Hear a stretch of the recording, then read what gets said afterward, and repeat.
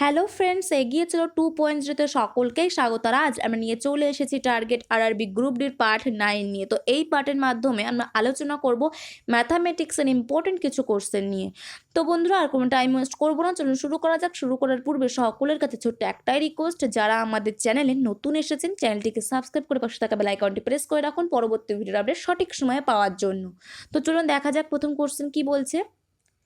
First question বলছে x equal to যদি root 10+3 হয় তাহলে x cube minus 1/x Q এর মান কত। এখানে আমরা এক্স মাইনাস 1/x তার হোল কিউ এই সূত্রটা কিন্তু ব্যবহার করব। সূত্রটা কি? X cube minus 3 into x square into 1/x plus 3 into x into 1/x square minus 1/x cube. তো এখানে আমরা মান বার করব x cube minus 1/x cube. তো এই পার্টকে এক সাইডে রেখে বাদ বাকি অংশকে আমরা সমীকরণের অন্য সাইডে নিয়ে চলে যাব। কি তাহলে হবে কি? X cube minus 1/x cube equal to x minus 1/x তার হোল কিউ প্লাস 3 ইন্টু এখান থেকে আমরা এক্স এক্স কাটছি 3x, এখান থেকে আমরা এক্স এক্স কাটছি, থাকছে কত? Minus 3/x। এখান থেকে আমরা 3 কমন নিয়ে নিচ্ছি, পাচ্ছি কত? তাহলে এক্স মাইনাস 1/x তার হোল কিউ প্লাস 3 কমন নিলে থাকছে এক্স মাইনাস 1/x। তো এখানে এক্স মাইনাস 1/x এর মান বসালেই কিন্তু আমরা অ্যান্সারটা পাবো। তো এখানে কিন্তু আমাদের এক্স এর মান অলরেডি দেওয়া আছে, তাহলে 1/x এর মানটা আমরা একবার দেখে নিই। 1/x equal to 1/√10 plus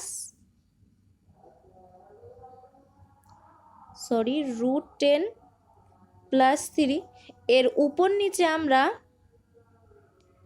√10 minus 3 দিয়ে গুণ করছি, √10 মাইনাস 3 দিয়ে গুণ করছি। তাহলে এই নিচের পার্টে চলে আসছে এ কিউ মাইনাস বি কিউ এর সূত্র।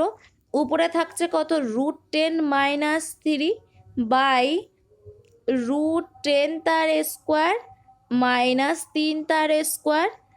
তাহলে √10 মাইনাস 3 বাই 10 মাইনাস 9, নিচের পার্টটার মান কত হয়ে যাচ্ছে? 1। তাহলে 1/x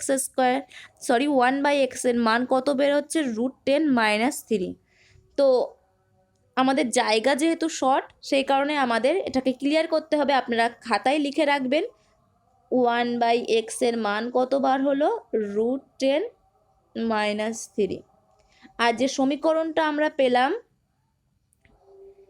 তার মানটা কতবার হলো? এখান থেকে x cube minus 1/x Q এর মানটা, এখান থেকে সমীকরণ কত পেলাম? এক্স মাইনাস 1/x তার whole cube plus 3 into x minus 1/x। তাহলে বাদ বাকি পার্টটা আমরা ক্লিয়ার করে দিলাম।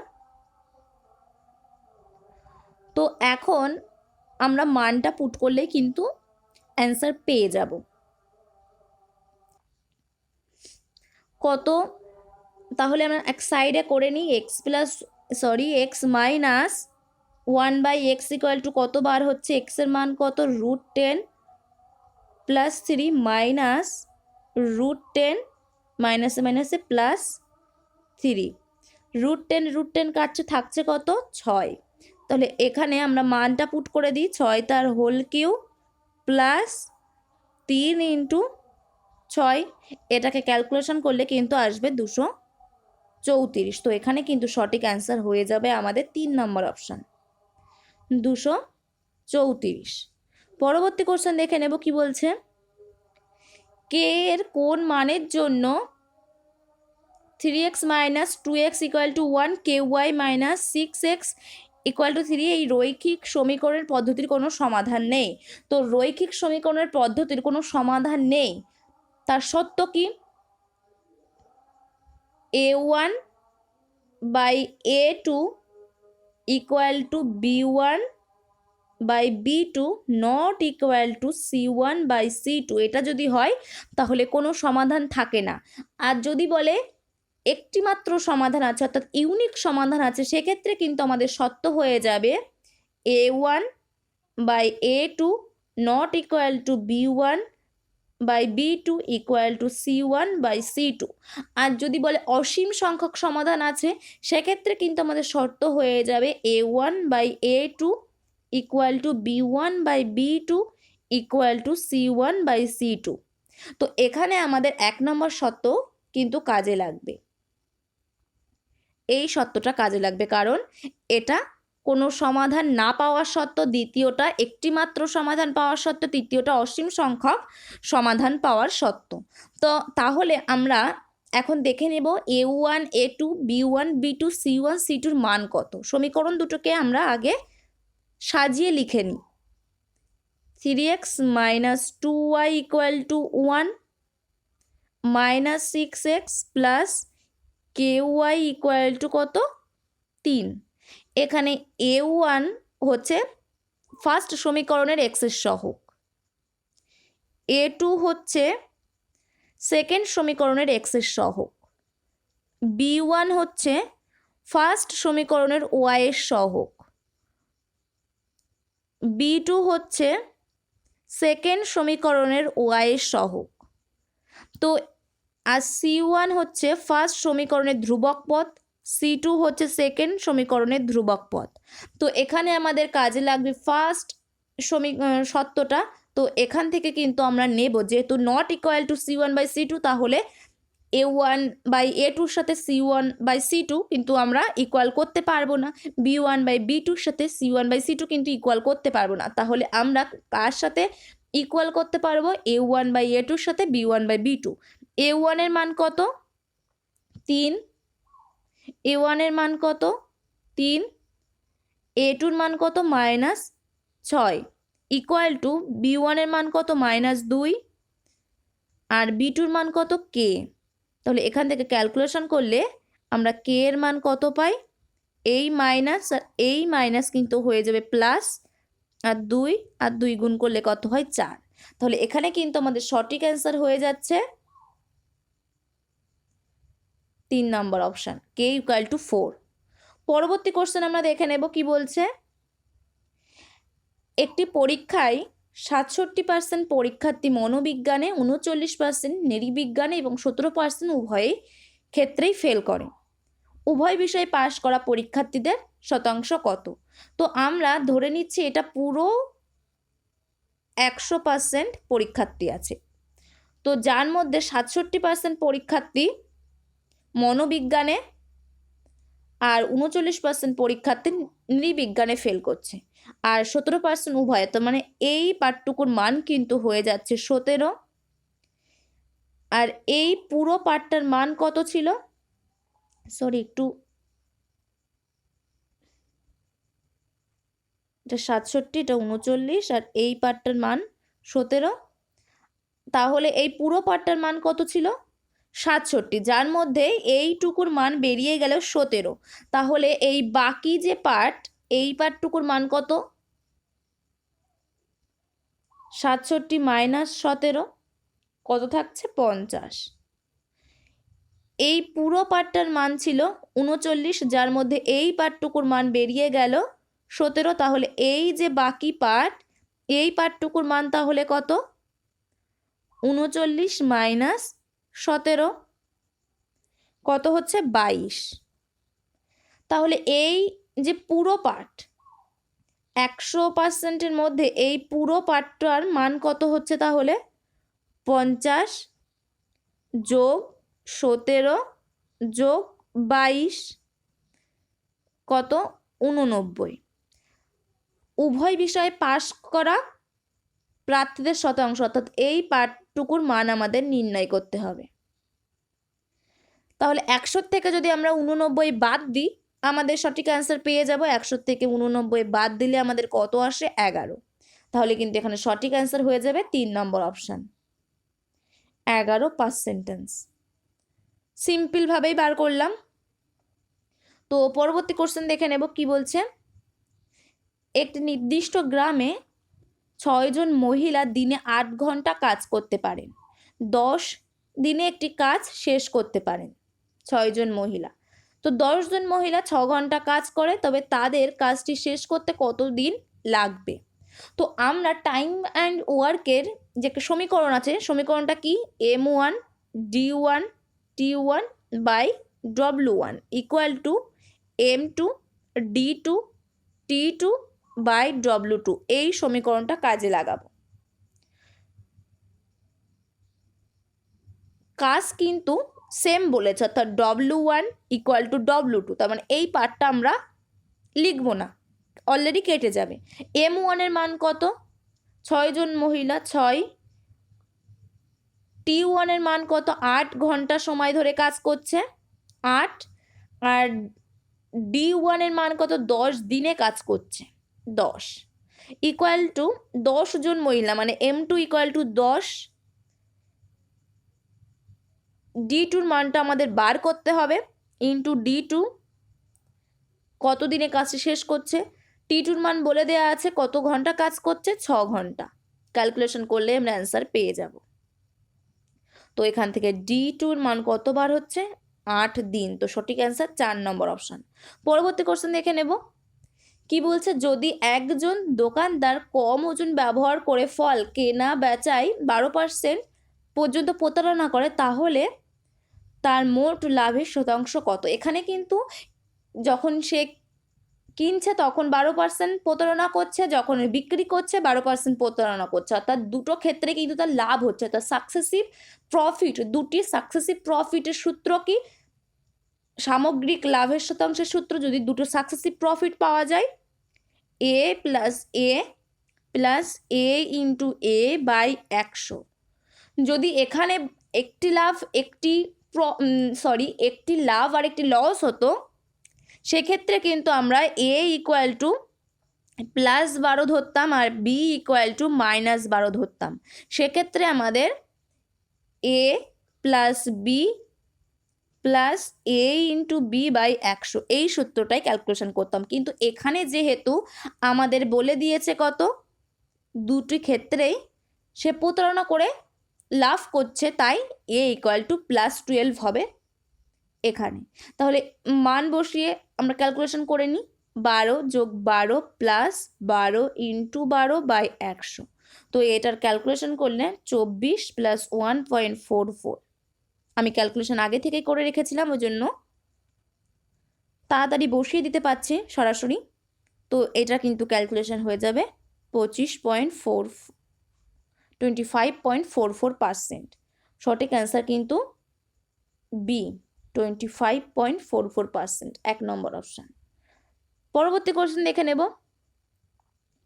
কি বলছে? লেখচিত্রে 3 ভিন্ন মাসে 4টি ভিন্ন সংস্থা দ্বারা বিক্রি হওয়া লিপস্টিকের সংখ্যা দেখানো হয়েছে। ফেব্রুয়ারি মাসে প্রদত্ত 4টি কোম্পানি একসাথে গড়ে কত লিপস্টিক বিক্রি করেছে? ফেব্রুয়ারি মাস, অর্থাৎ এই মাসের কথা বলা হয়েছে।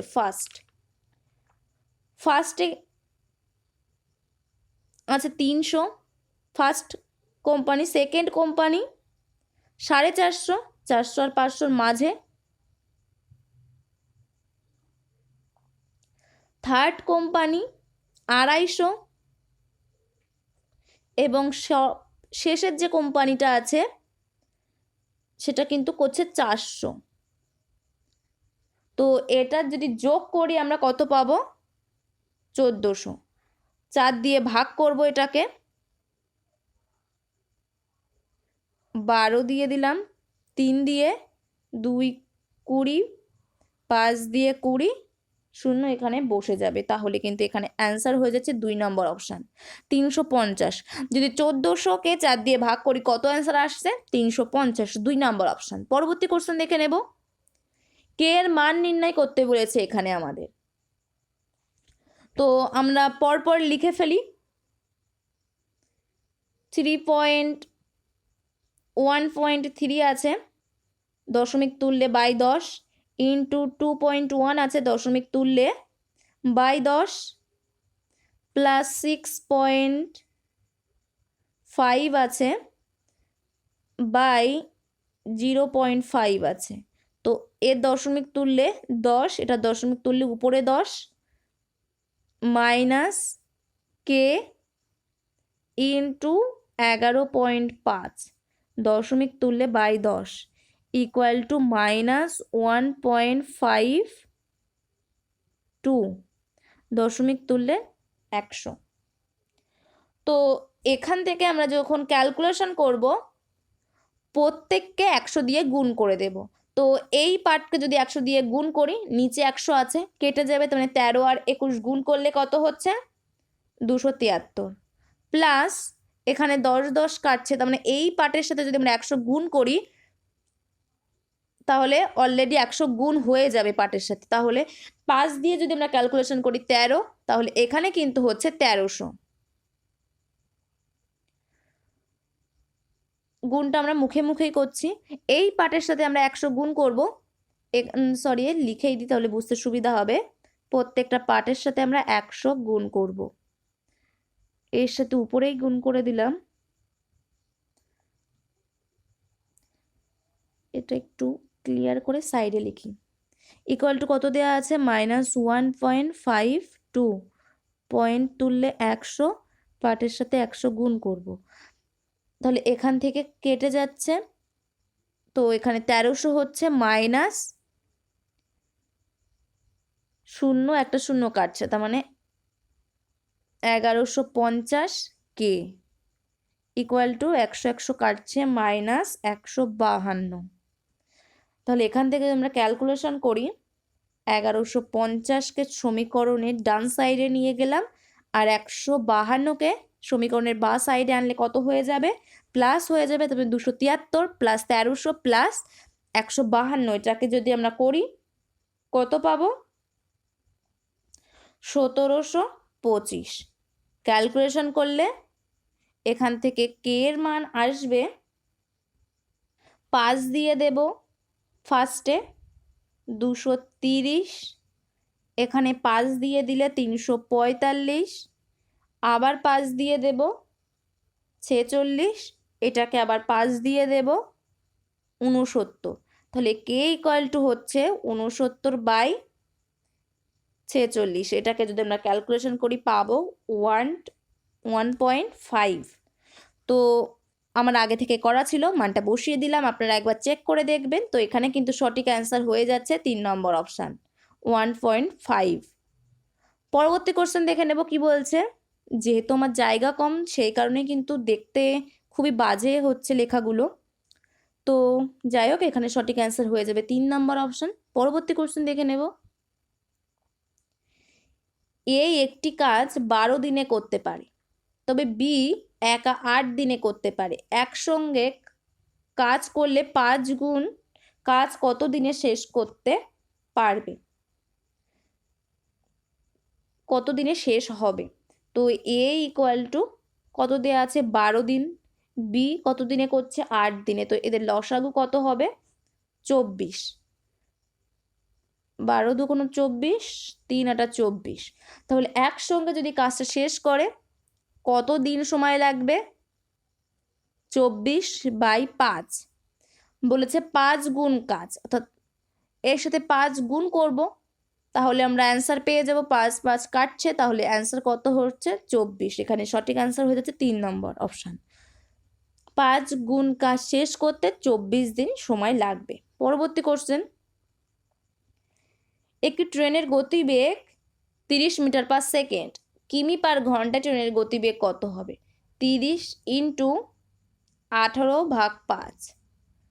এটা আমরা জানি, মিটার পার সেকেন্ড থেকে কিমি পার ঘন্টায় আসতে গেলে 18/5 দিয়ে গুণ করতে হয়। কেন গুণ করতে হয়, কারণ 3600 সেকেন্ডে 1 ঘন্টা আর 1000,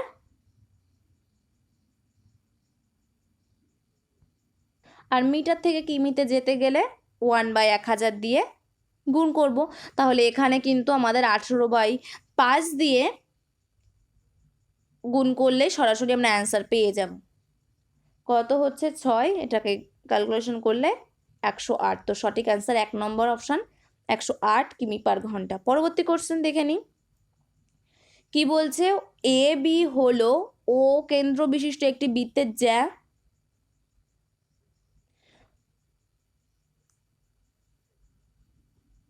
এ বি হচ্ছে ও কেন্দ্র বিশিষ্ট একটি বৃত্তের জ্যা। A B. সি থেকে এ বি এমনভাবে উৎপন্ন হয় যে বিসি বৃত্তের ব্যাসার্ধের সমান। বৃত্তের যে ব্যাসার্ধ তার সমান হয় বিসি, তার মানে এটা হচ্ছে সি। সি কে ও তে যুক্ত করা হলো, ওতে যুক্ত করা হলো সি কে, এবং ডিতে বৃত্তের সাথে মিলিত হয়, এবং বৃত্তের সাথে মিলিত হয় ডি বিন্দুতে। যদি এ সি ডি কোণ অর্থাৎ এই কোণ 32 ডিগ্রি হয়, তাহলে এ ও ডি কোণ কত, এই কোণটার মান কত সেটা আমাদের নির্ণয় করতে হবে। এটা বৃত্তের ব্যাসার্ধ, আর এটাও বৃত্তের ব্যাসার্ধের সমান। এও একটা বৃত্তের ব্যাসার্ধ, ওডিও কিন্তু বৃত্তের ব্যাসার্ধ। তো এখানে আমরা দেখতে পাচ্ছি, ফার্স্টে আমরা লক্ষ্য করব ত্রিভুজ বিওসি এর ক্ষেত্রে ও বি বাহু ইকুয়াল টু বিসি বাহু, তাহলে এ বি ও সি কোণ equal to B C O কোণ হবে। কত দেওয়া আছে এর মান? বিসি ও কোণ 32 ডিগ্রি দেওয়া আছে। এখন আমরা কি জানি? ও বি এ কোণ, এই কোণের মান ও বি এ কোণ এই দুটো কোণের সমষ্টির সমান। এই দুটো কোণের সমষ্টির সমান equal to O B C কোণ প্লাস বি সি ও কোণ, মানে 32 যোগ 32 কত হচ্ছে? 64। তাহলে এই কোণের মান আমরা কত পেলাম? 64 ডিগ্রি। এরপর ত্রিভুজ এ ও বি নেব। এই কোণের মান কিন্তু আমরা অলরেডি পেয়ে গেছি। ত্রিভুজ নেব এবার এ ও বি। তো এই পার্টটা মুছে দিলাম, জায়গা শর্ট বারবার বলছি, সেই কারণে আপনারা খাতায় একবার লিখে রাখবেন। তো এখন আমরা নেব এ ও বি, এই ত্রিভুজটা। আর তাছাড়াও আমার পুরো লেখাটাও দেখতে বাজে হচ্ছে খুব, কারণ আমার হাত দিয়ে লিখতে হচ্ছে, সেই কারণে। এ ও বি এই ত্রিভুজটা নেব। এখানে কোণ এ ও বি, এ ও বি এই কোণটা প্লাস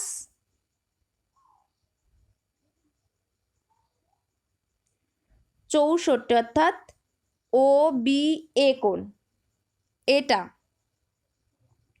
আর এখানে আমরা কি দেখেছি? এ ও বাহু আর ও বি বাহু সেম বৃত্তের ব্যাসার্ধ, তাহলে ও এ বি কোণ equal to O B A কোণ হবে। এর মান কত বার হয়েছে আমাদের? 64। তাহলে এই তিনটে অ্যাঙ্গেল ইকুয়াল টু 180 ডিগ্রি। আমরা জানি ত্রিভুজে 3টি কোণের মান 180 ডিগ্রি সমষ্টি। তাহলে এখান থেকে কিন্তু আমরা এ ও বি এর মানটা বার করে ফেলছি। 180 মাইনাস 128 কত হয়? 52। তাহলে এখানে কিন্তু আমরা মানটা বার করে ফেললাম। এই কোণটার মান কত? 52 ডিগ্রি।